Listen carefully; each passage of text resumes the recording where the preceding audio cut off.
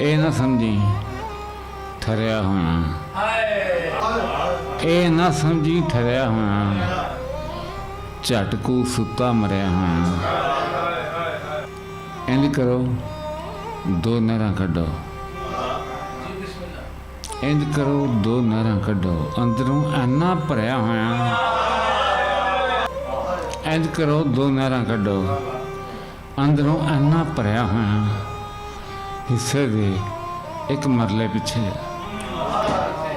ਕਾਗਜ਼ ਪਟ ਲਓ ਮਰਿਆ ਹੋਇਆ।